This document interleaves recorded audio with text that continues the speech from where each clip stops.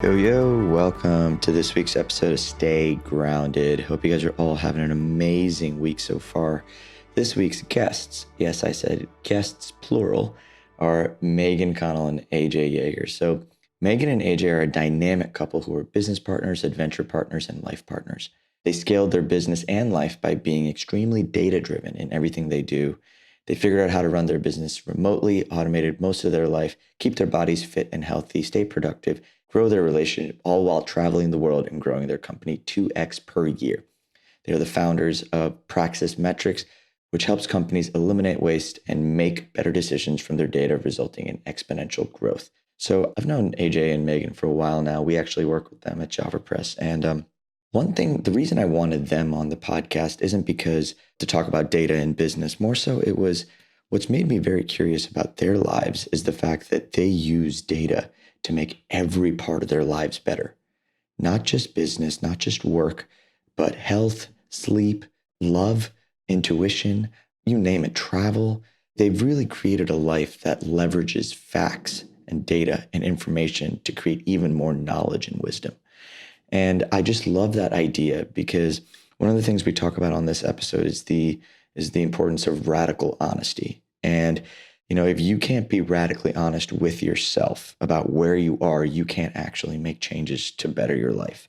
And data is one of the most feasible ways to just stop you in your tracks and show you where you are. You can't BS yourself with data. You can't BS yourself if the numbers are off, really.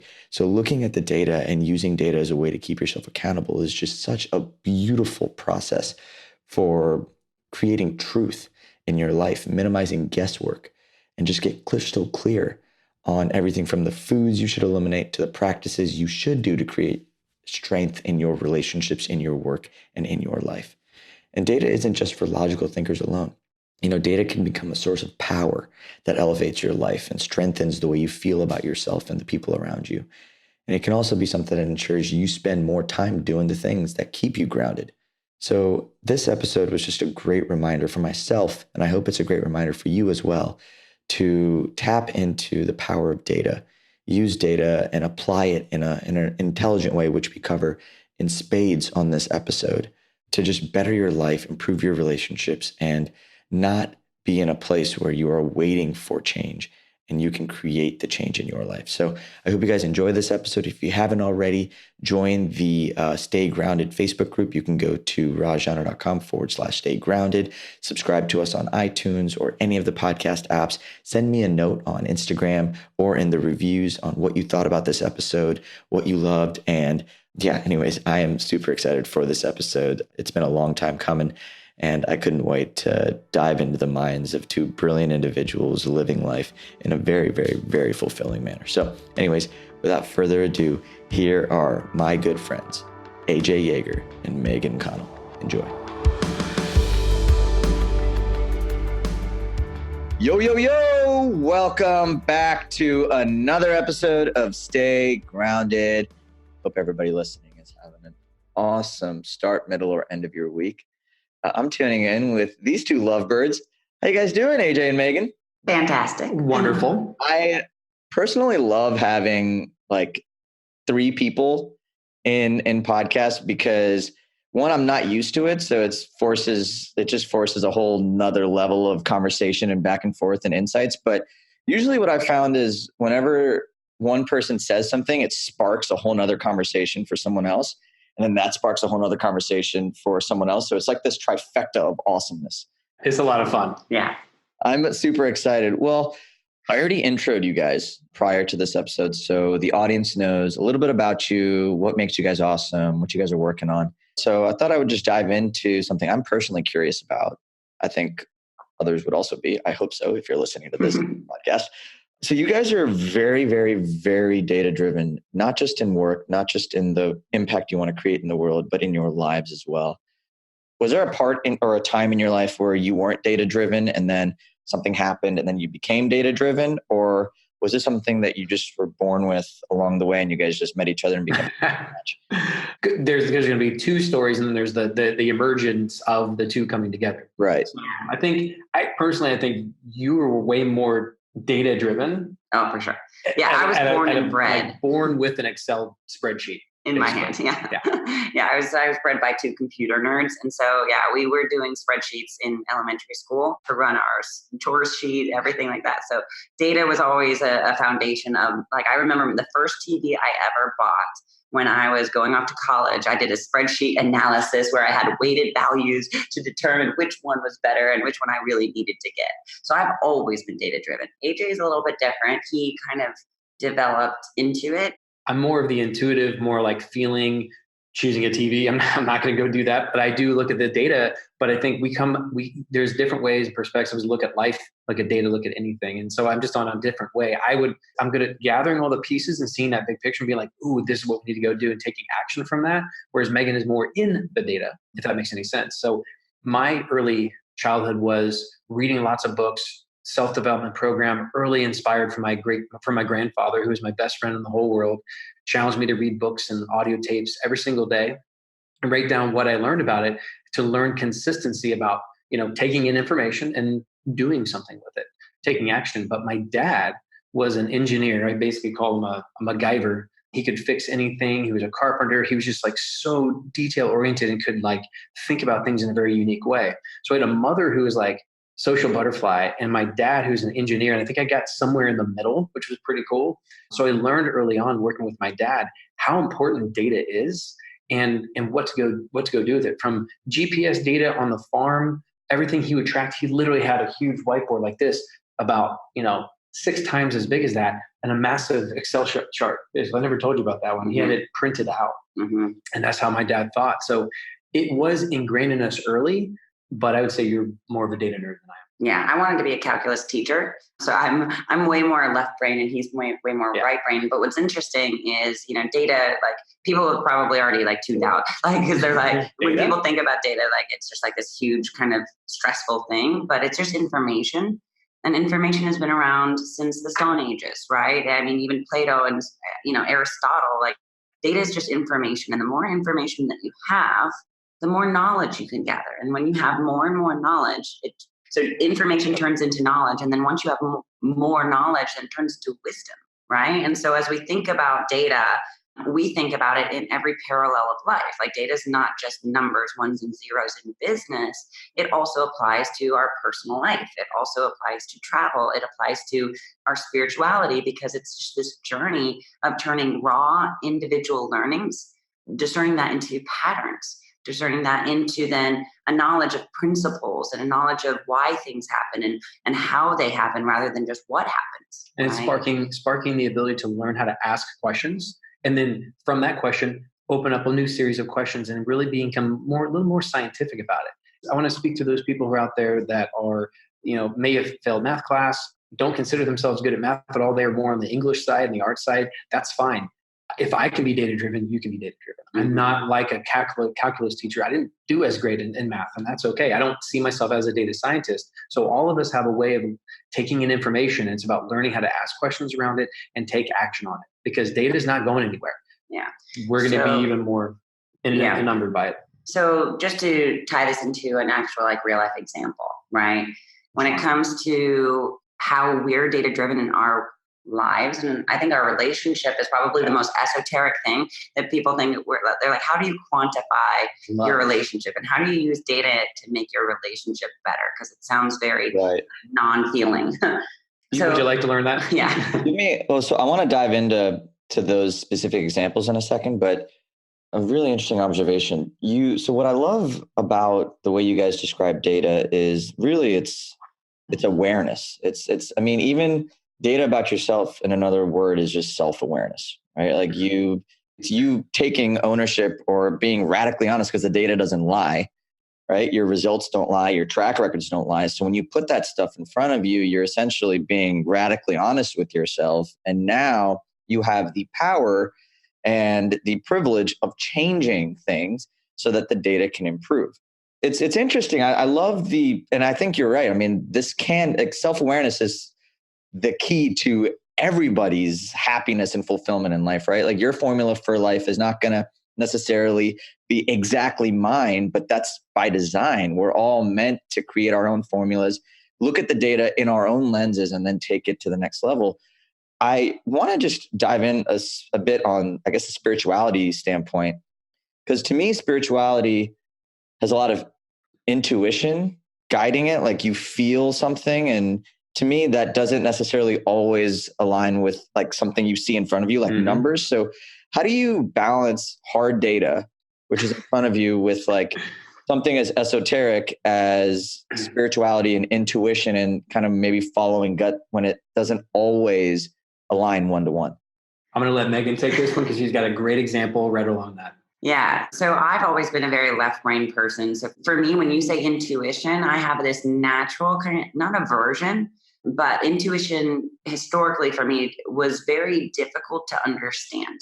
So we were actually at an event with our hypnotherapist. He had this event and we went there and I met this incredible person who within 3 minutes of meeting him, I had literally pulled out my voice recorder and recorded what he was saying, because it changed my world instantly. It was a watershed moment, because he was like, oh, who are you guys? And we were introducing ourselves.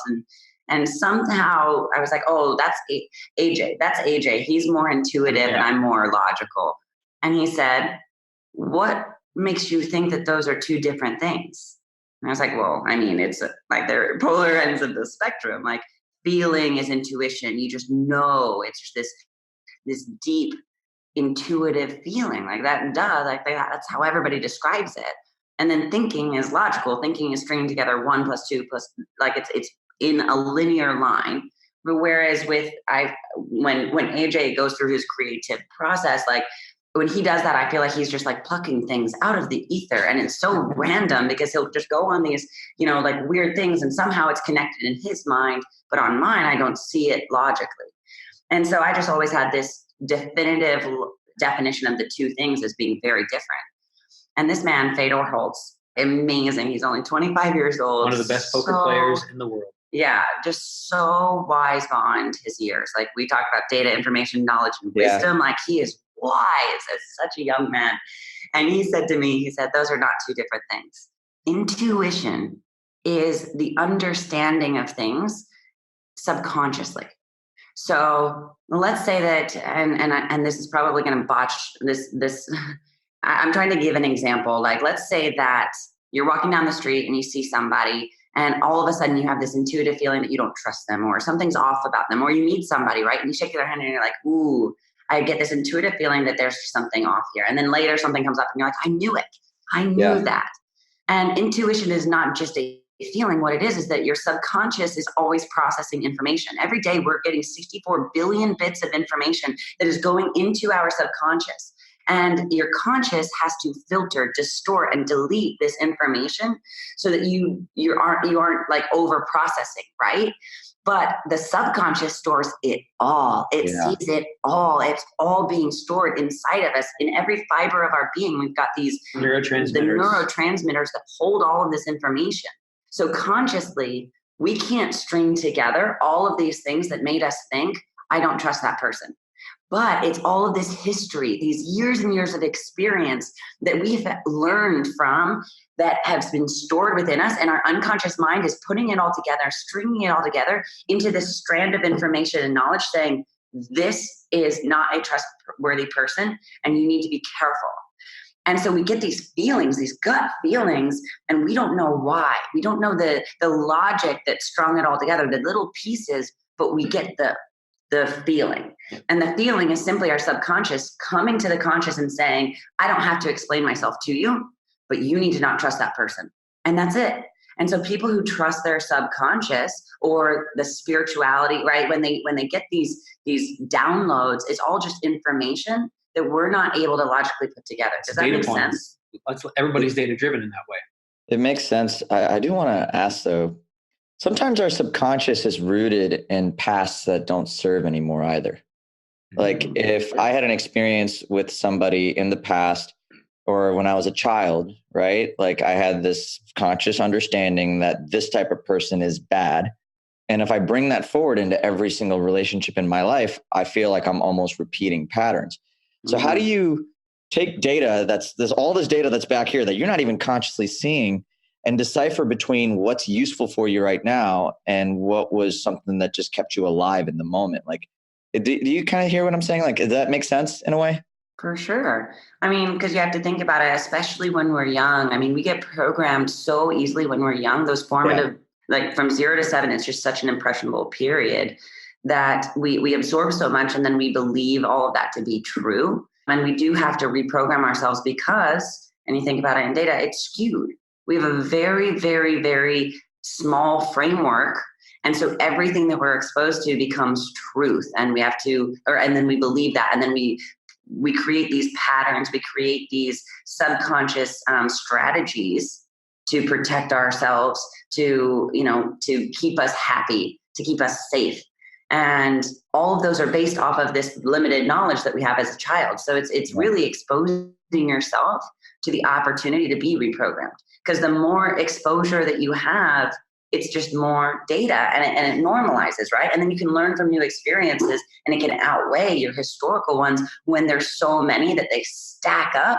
They outweigh the old one because it's like, oh, that's not true. Like I came from a very, very, very strong religious background, which also brought with it lots and lots of guilt and lots of programming that took a good 15 years to deconstruct and reprogram. And it was a painful time period because there was so many truths that I thought were truths that I had to let go of, and that that had to die. And it's very difficult to reprogram, but just exposure to the world, like going and traveling, putting yourself in new situations, exposing yourself to different religions, different people, different beliefs.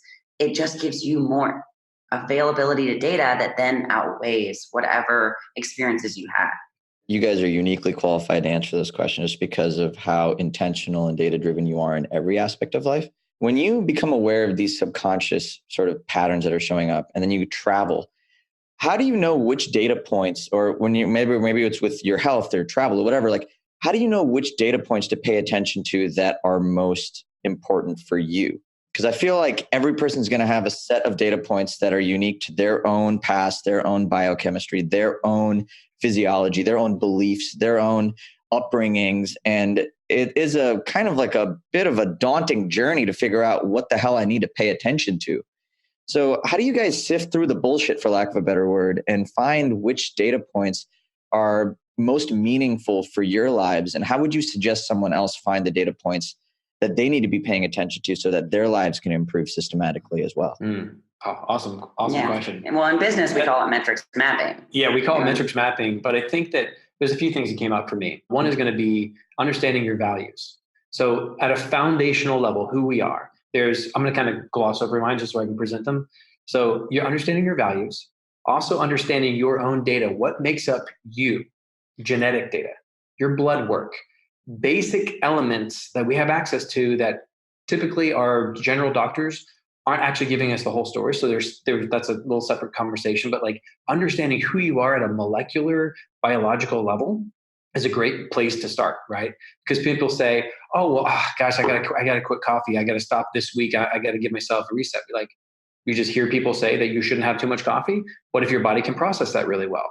There's things that we can learn, those data points that can give us that like baseline where we're like, we know this is truth. We have the source of truth of who we are. From there, then you can disseminate, distort, or delete the data that's coming in. You say, no, I don't need that. That's just marketing. I don't need to be keto.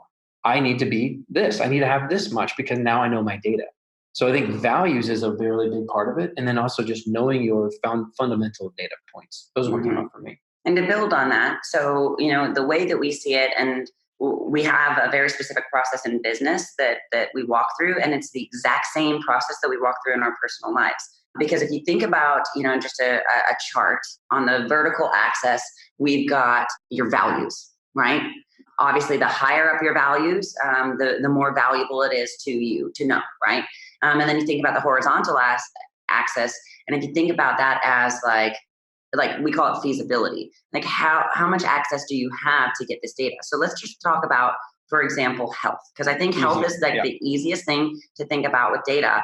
If I want to lose weight, like I know that I am overweight and I need to get skinnier, then there are several data points around that. Okay, so your weight on the scale, your actual body fat percentage, your pant size, how you look in the mirror, right? There are like other people's feedback.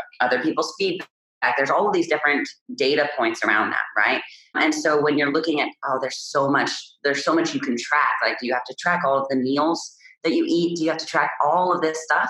Do you have to get your blood work done? Do you have to do the wearables? Do you have to wear all the sensors, right? We basically map it out and we say, okay, so how valuable is it to you? And how possible is it? How feasible? How easy is it to get? Stepping on a scale is extremely easy. Yeah.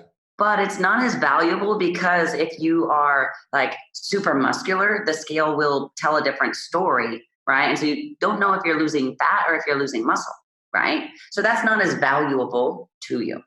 Versus like knowing your body fat percentage, it's easy to get, or it's a little less feasible because there aren't a lot of things that are accurate when it comes to body fat percentage measurement. So it's a little less feasible, but it's way more valuable, right? It's way more accurate. And it really helps answer the big question, which is you don't want to lose weight. You actually, what's valuable to you is getting healthier, living a longer life, being more productive, being happier.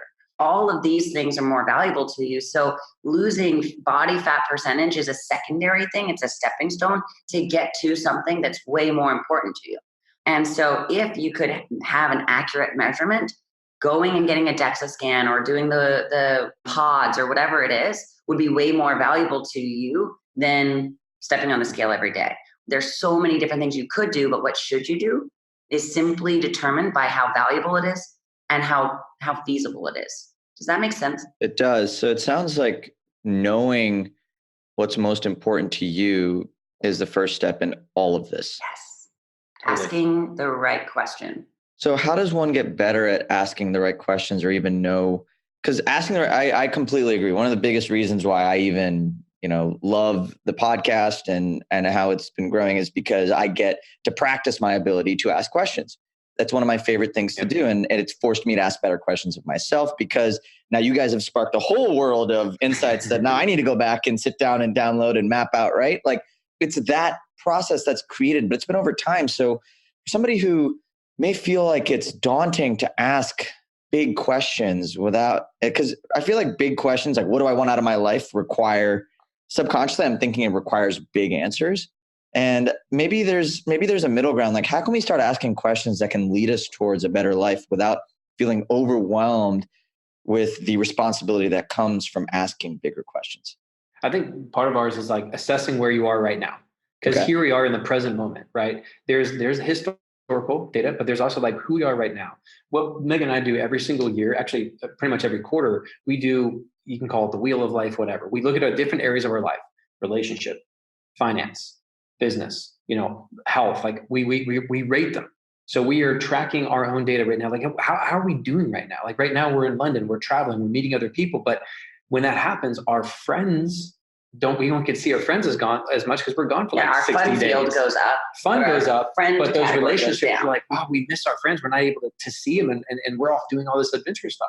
So there's this give and take. So we always re-rate and track where are we right now? Are we happy with that? So if we're at a 9 out of 10 on these, we're like, all right, we're good. But if we see, honestly, we need to work on some of these areas. Yeah. Okay, so that's great. And we kind of look historically, we've been up and down over here. Like, what do we want to do here? So I think it's really an assessment or an audit of just where you are, where you're spending your time, energy, and money is one of the best ways to get a foundational look before you start going forward. Just look at where you are now, time, energy, money. Those are the resources we have.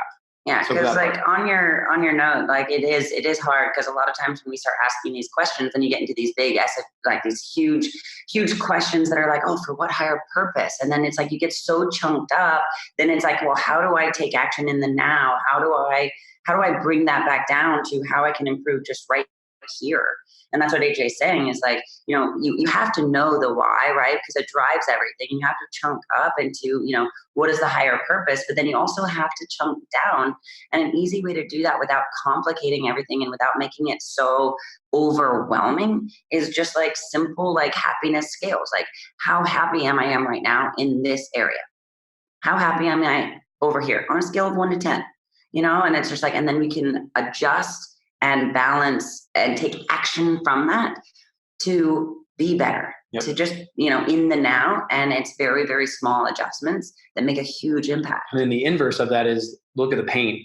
Where are you hurting? Where is the pain in your life in each of those areas? So you do the happiness side, and then you go like, and this comes back to awareness. It comes back to like, am I being honest with myself about each of these areas?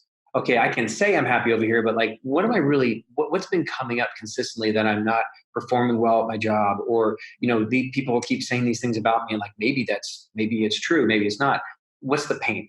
What are you specifically like dealing with there? And part of this is, educating yourself on books like Letting Go and figuring out how to like deal with emotions and things that are like there, but like unconscious, you just kind of repress it. How do we get those things up? There's coaches out there, there's books out there to help bring that stuff up. But I think it's constantly a journey to understand how to be more self-aware. So everybody's at a different level, but I think that's a great way to assess, to start asking those questions and digging in. And that means turning off the phone, turning off the TV, getting rid of all the input coming in, and just be with yourself. Meditation, journaling, asking friends, their close friends, their opinions, and just being with yourself for a little bit before you go make any new goals or any big decisions. Why do you think it's so hard for people to be honest with themselves? It hurts. Actually, it's something that we say all the time in business. And you said it earlier, data never lies. Data just tells a story that you may not want to hear. And when you get that data from other people or other inputs and it hurts, a lot of people are just like, nope, they don't want to do the work. The real work kind of sucks sometimes. You cry, you get mad, you get angry, go through all the guilt and shame and all that stuff. And what I learned through a couple of really great mentors and coaches was that I used to think anger, guilt, shame, all of those things are bad emotions. And I think we're taught this, especially as guys, being emotional is bad. But like, once I learned that, no, each of these aren't bad or good, they're a gift. Each of these are a gift. It's simply an emotional response that comes up. And it's like, well, the anger gift doesn't mean I'm a raging bad person. It just means anger's come up. I need to look, okay, sit with that. Why am I angry? What's going on here? Why do you think I'm really feeling that, AJ? And then kind of dissect it. But it's a gift to help me figure out something else, to go up to joy and happiness. There's these different scales of the emotions. So I went off on a little tangent there, but that's helped me is understand. And for me, I think it's going back to the original question, which is like, why is it so difficult for us to, sit with that truth? I think one thing that I think for me, it's that, there's the version of ourselves in our mind, which is not the true version. There's a version of us in everyone. Like you, Raj, have a different version of me than AJ does, right? Every person I've ever interacted with has a different version of me, including my version of me. This is not real. Like the way I define myself is not real. And I think I had a big paradigm shift when a mentor of mine, called me out one day and was just like, you have no integrity. And I was like, I'm sorry. What? How dare you? Like, I am a good person. Like, I give to charities. I am this, and this. And I defined myself in these certain ways. And he was like, no. So integrity is doing what you say you're going to do when nobody else is around, which means, when you set personal goals that you didn't share with anyone, do you always achieve them? Do you hold yourself accountable? Do you do what you say you're going to do when nobody else is looking? And a good way to measure that is to, like AJ said, do an audit of who you are right now. And so that's what he challenged me. He said, I want you to see, because you're basically, the you that you present in reality is basically a summation of where you spend your time and your money, right? And so he's like, so go look and see where you spent your time and your money just over the last 2 weeks, because that's who you are right now. And I had defined myself by all of these things that I had done in the past. Like 20 years ago, 10 years ago, right? And I was holding on to these definitions of myself that had absolutely no truth into how I was living in the now. And so I realized, hey, I don't give to charities. I'm not volunteering anymore. So how can I say I'm a charitable person when I'm not doing those things? So, okay, that's not who I am. And then doing an audit of my time, like I literally every 15 minutes wrote down what I did the last 15 minutes in both personal and business life. And what I realized is at that time, I was a couch potato. I was a Netflix hog. Like I would watch, I would get done with work. I would start cooking dinner. And I'd put on Netflix and it would go from 6 p.m. until 10 p.m. It's 4 hours a day times 7 days a week. And on the weekends, maybe even longer. That's a part-time job at that point. And so I started to look at my time and my money and where I spent it. And I was like, wow, kind of an alcoholic. And I'm kind of I was a really good friend. I'd driven like 3 people to the airport and 2 to the doctors in 2 weeks. I was a really good friend. I'm kind of an alcoholic and kind of a couch potato. And that was about it, and it was really ugly to see that version of myself. It was really jarring to just kind of have this juxtaposition of who I defined myself to myself and who I was showing up to be in reality. Yeah. And so like AJ said, it's a big, scary thing to look in the mirror and not see what you thought you were going to see. It's jarring. And, coming back to even business, when you look at data, I think most business owners, including myself at times, don't want to pay attention to the numbers that are really moving things forward. I want to pay attention to the numbers that either feed an ego or make me feel better about myself and my role and what I see myself being as a boss, as a leader, as an entrepreneur, whatever version or identity whatever hat I'm wearing at that moment. I want to look at numbers that reinforce my own belief in myself. Sure. And it's this story that I continue playing. I want to talk about the different areas of life. So there's business. You guys are looking, and you actually have an entire company around this where you help people find more truth in their data. But what other areas of life are you guys actively looking to optimize? Just to give anybody who maybe has never optimized any part of their lives, to show them kind of what is possible. Here's a great one. We're going to go back around to, how do you quantify love? How can you be data-driven in your love life? So we met personally, and then we ended up building a company together. So we are around each other all the time, love each other. We're getting married next year, but we're also business partners. She's CEO, I'm Chief Growth Officer. We're partners in life and business and adventures and all that. So there's something there, but when we want to continue growing our love for each other and growing our relationship, that's really important to both of us. So we don't want to, I'm terrified of stagnation. We're constantly trying to, become the best version of ourselves, both independently, but then also together, because they're his growth and his development is wonderful for him, but that could also grow him away from me. Right. And so that's not a path that we choose to go down. So how do we both independently grow ourselves and also grow together as a partnership? Yeah. Right. And that's a very unique balance. And it's a very delicate and finite thing that you have to really be conscious about, especially with balancing the work life as well. So one of the things that we've done is, we've tried to collect as much data on our relationship as possible, right? And you think about the information you have about your relationships. And, one of the big things that we realized very early on is, there's a couple main reasons that couples go away from each other. Number 1 is that they, grow apart. Number 2 is, money. And number 3 is their sex life or whatever isn't strong. Yeah. And so we wanted to collect data around each of those so that we could make sure that we were eliminating the opportunity for that to happen. And one of the biggest things is, us growing apart was understanding our love languages. So love languages, we love. Wonderful book. Everybody should read that. For Definitely sure. Important. But we took it a number of steps further to quantify that and really apply it and take action on our life. Yeah. So AJ's love language is physical touch and words of affirmation. My man. Nice. My man. That's why we hug each other every time we see each other. Man, I'm a huge, people don't get it. They're like, I'm a bear hug on site kind of human being. I don't shake hands. I go straight in for the kill. And most people don't get it, but it's just my way of showing you that I really like you. Yep. It's just the way it is. If you get a hug from me, that means that I just really like you. You're in. Yeah. So physical touch, and then words of affirmation. And then Meaghan is acts of service and quality time.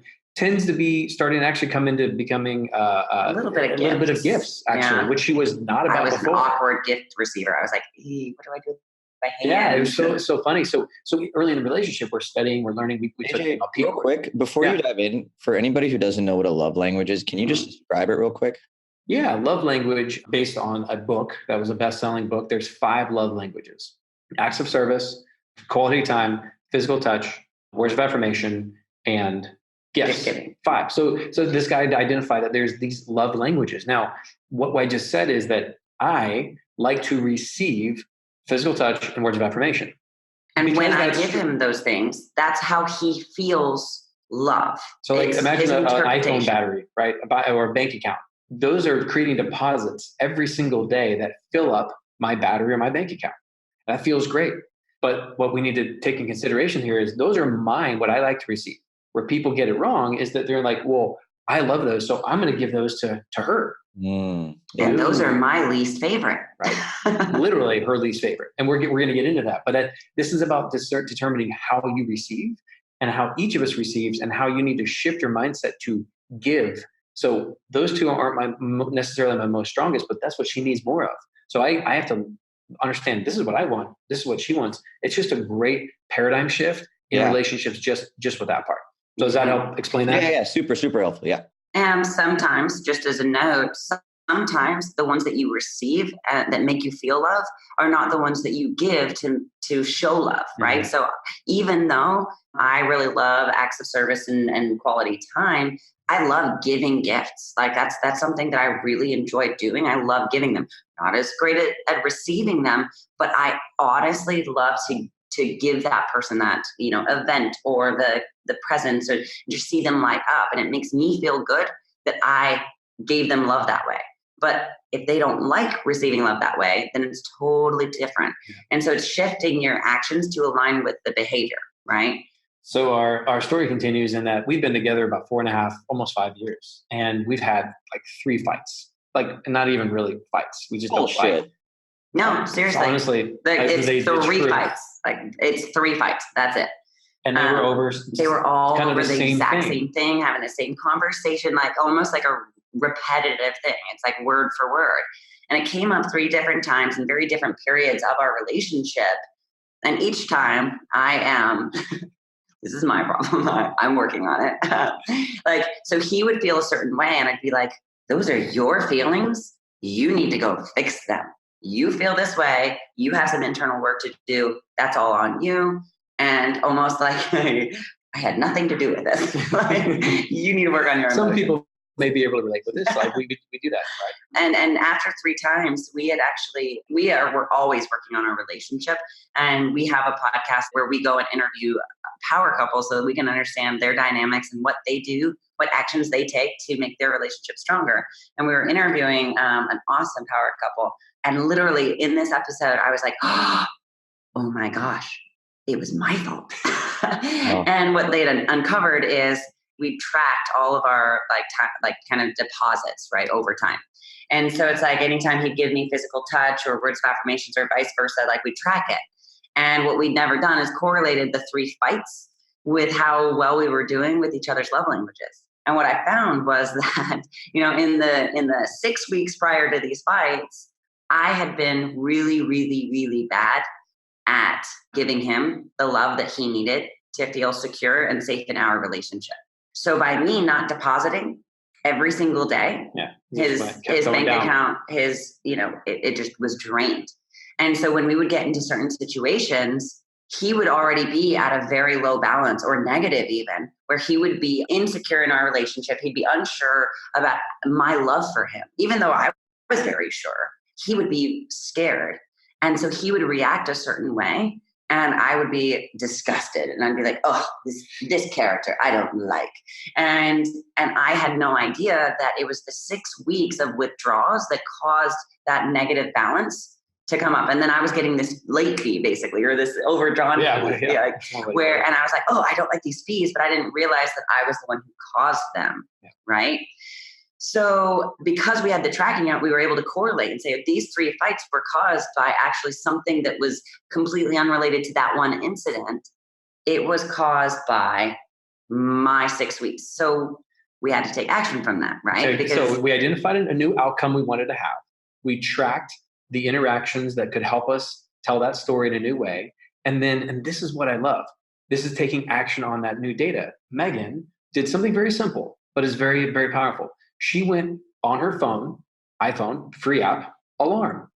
Turned on an alarm at 3:33 every day, touch AJ, give him physical touch. Another alarm, give AJ words of affirmation. So that every single day that would pop up, remind her on a blaring alarm, that needs to happen. Now in our house in Austin, you've been over, I think, we have 3 levels. I'm at the top. I don't care if I heard the alarm. I know what's coming. I know that I'm going to get my fill of love. And it's fine because I love the fact that she took action on that. So as a relationship, it's that respect and love of like, she took the time, even though it's something simple, to take action on what she found, as opposed to just keep blaming and blaming and blaming. And that's where couples just don't get it. Like it takes a little bit of that insight and that awareness internally to help fix some things that are just basic things. So that was our journey. And that was how we quantified this love and this action to have a better relationship. And she's got these alarms. Before we had to come on here, we make sure all of our alarms are off. So she went and turned them off. She's definitely going to go turn them on, right? Yeah, I'm going to go turn them back on because it's just not, it's to me, it feels extremely contrived for me to go and give him physical touch or words of affirmation. I feel fake. I feel like a fraud, like saying these things, just to make him feel good, even though I feel it deep inside. For some reason, and I probably need to work on my, throat chakra, but it's very hard for me to express things like that. And so for me, setting these alarms, it's like I'm putting in the effort, and I'll come and I'll be like, you look great today. I really appreciated this. I got it. And for me, I feel like it still feels awkward. Even after being habitualized to do it, I still feel awkward. It's not my natural state. It's not my natural love language. But our relationship is so important to me that I will overcome that to do that for him. And I think that the data never lies. It tells us the story, right? The key is taking action from it. Because if I just knew, oh, well, he likes these things, and if I don't give it to him, then we get in fights, and that could turn into us breaking up. If I didn't take action from it, then that would be basically the end of our relationship. And so by tracking this consistently. Does that help? This is great, man. I both of y'all are amazing. I really appreciate, I think I mentioned this in the beginning, but what I love most about both of you and why I think you guys are so qualified to even like share these perspectives is because of how you essentially are like the common denominator in everything. So whether it's business or relationship, I mean, you guys are business partners, you guys are life partners. Like you see how the same patterns that make you a great partner also might make you a terrible employee or entrepreneur or whatever, right? Like you kind of see the juxtaposition of all of it, and you're constantly finding the common ground so that you can improve over time. And I love that. I think it's brilliant. And I guess I had a question just on, because I want to come back to business and talk about Praxis. I want to make sure we get some time there, because do you feel like my love language bleeds into my business and the numbers I want to look at? Or like, is there like, do you think I have like a way that I want to feel in business that stops me from being honest with what I'm supposed to do or what's going to drive the needle forward? Like just with your own experience working with entrepreneurs, do you feel like there are certain patterns that come up with the way that they think about their business and their numbers? That is a really, really good question. I mean, one thing that we always say consistently is how you do one thing is how you do everything. Yep. Right? How you make the bed, like the details correlate into other aspects, right? And so I do believe that. But what it is also interesting is because we love data so much, we've taken probably 100 behavioral and personality assessments. And there are distinctions between how you show up in business and how you can show up in personal life. For example, I feel very awkward receiving words of affirmation in a relationship, but I am the biggest teacher's pet in business. Like I just want my mentors and the people I look up to give me that round of applause. I love the A+. I love the recognition that comes from being good at something. But then it hasn't necessarily come into my relationship. So I do think that there are some distinctions that show up in different areas of life. But I do think that there are some correlations too, because how I do one thing does impact everything in our life. Yeah, I think that's great insight on your side. You're so aware, and I love that. Yeah, I think as entrepreneurs, we're here to grow a company. We're also, especially in America, like we're like driven to build this thing as fast as we can. And you want to see the metrics that are good, that your team is good. Like, so when the negative ones come in, it tells a story you may not want to hear. And so part of your mind might turn off and be like, oh, well, that's going to be too expensive. It's going to be this and then that, instead of like, shut off the emotion and just look at the data and let's dig into that data. So it's probably harder to do because there's emotions tied into it. And there's also, like we talked about, programming. There's a strategy that you or other entrepreneurs may be doing in your life, in your business, and around your data that could be affecting that, and you not see it. So I think that takes great team members, great mentors, and a really good coach to help you see this, something called the shadow side, or the other side that you're not, that's unconscious and could be sabotaging. Right. I think it comes back to the NLP stuff we're talking about, neurolinguistic programming, and just unconsciously where you might be sabotaging yourself. I think that's what it comes back to. But what's interesting is, as we were just walking through this, I'm looking at kind of my views in business. And I think they do kind of correlate with love languages as well, because, quality time is extremely important to me. And it's hilarious because I end up working all the freaking time. If I was in a relationship with my business, they'd call me a stalker. I am so committed. It's it does not turn off. And in business, we've had this conversation because AJ does not believe that you have to spend every waking second on the business in order for it to grow. And I'm like, well, if you want it to grow, how is it going to grow if you're not spending time on it, right? And so I do actually, now that you're saying that, I wonder if it is a direct correlation. I spend way more time on the business. And then I also devalue employees or team members because I'm like, well, you only worked 30 hours this week, so clearly you don't care, right? So I do. I'm curious if, let's see, yours is physical touch, which we run a remote business, so we have no data on that. But you do like to do the screen time a lot more than I do. I love people. I want to interact. I want to see the people. I want to see their expressions. I want to know how they're feeling, how they're doing, how they're performing, what's going on in their life. My metrics are more of kinesthetic, auditory, visual that I want to get from the team. So mine's more on the people aspect. There's data points around that too, but it's I want to make sure that when we say we want to go do something, we're all headed in that same direction. So I think you'd be more motivated in business towards KPIs hey, did we get the top 10 business in this category? Or, more of words of affirmation. You want to be able to be known. You're very driven by the reputation of the company, and and you're very motivated to get every single client to be happy, like a raving fan. You really care about that. So that is interesting. So he naturally tends towards, in the business, to take on these things that associate with his love languages too. I'll definitely agree. Self-awareness wise, I'll forget about metrics I should be looking at or other things, even as an owner of a data company.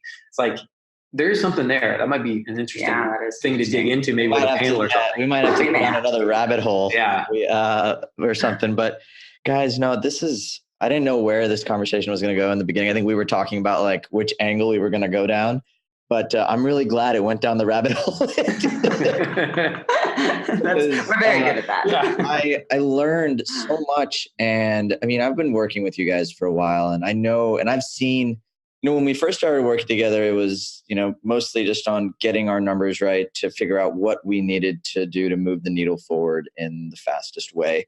And over time, as I got to know both of you, I started realizing that wasn't just something you were teaching, selling, providing as a service. That was something you were practicing and actively implementing in every part of your life. And I just love the fact that you guys practice what you preach. I love what both of you stand for. I love both of you.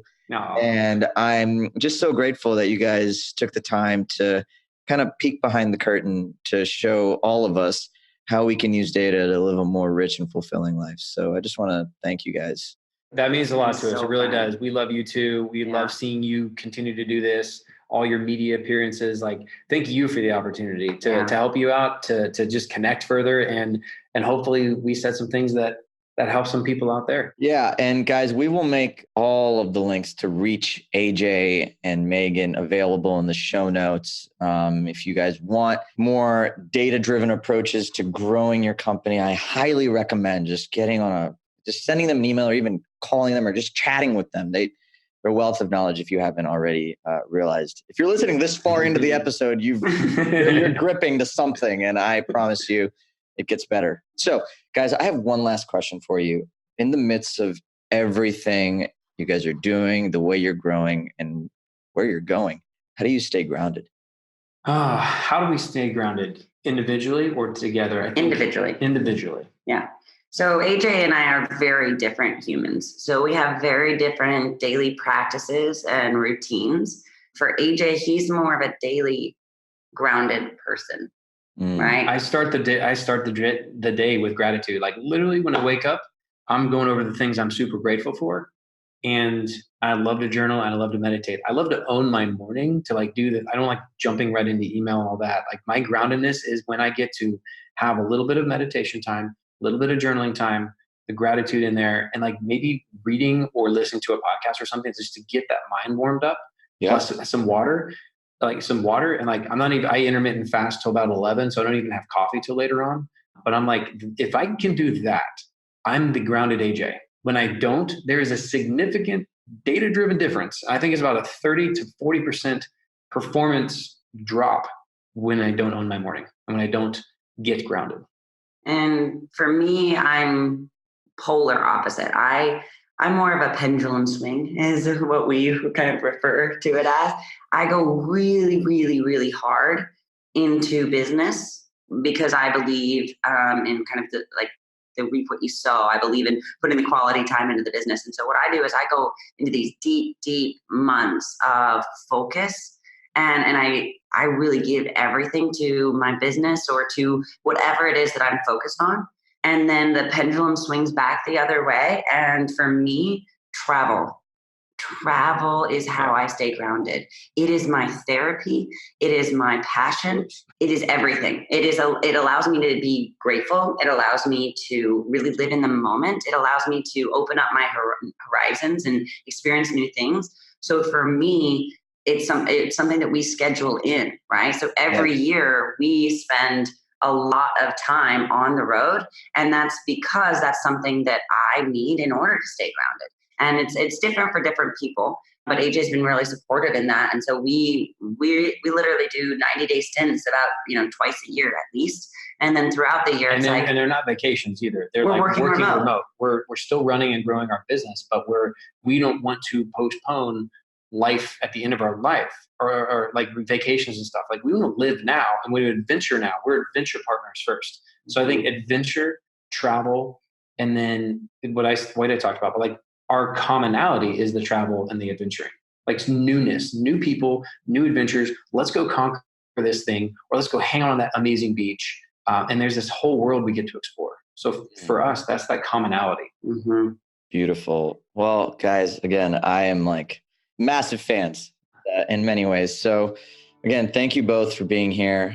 But everybody, that is a wrap for this week's episode of Stay Grounded. I hope you enjoyed this beautiful conversation from just two incredible people. So I'm Raj. These are your new friends, AJ and Meaghan. And from us, stay grounded.